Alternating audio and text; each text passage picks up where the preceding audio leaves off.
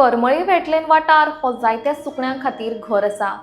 सुकण्यांच्या किलबिलाटान हो वाठार बहरता।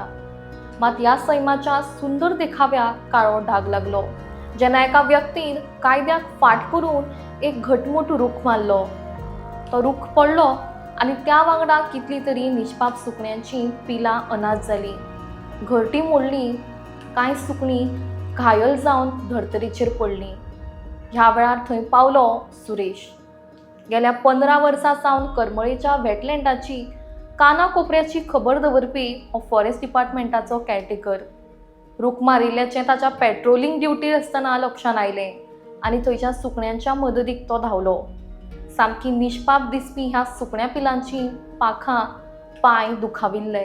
दरम्यान एक पक्षी तज्ञ आनी 200 परस चड सुकण्यांची वळख आशिल्ले सुरेश हांणी त्या पिलांक रेस्क्यू केलें आनी स्वताच तांची काळजी घेतली। स्वताच्या हातान तांणी ह्या पिलांक भरयलें, तांची काळजी घेतली आनी त्या जिवांक जगपाक मदत केली। जर सुरेश तांच्या मदतीक पावूं नाशिल्ले जाल्यार त्या पिलांचें कितें जाता आशिल्लें हाचो विचार करूं येना। मात एक स्पश्ट जाता, ज्या वेळार अश्यो कांय घटना घडटात सुरेश सारके मनीस सैमाक सांबाळटात।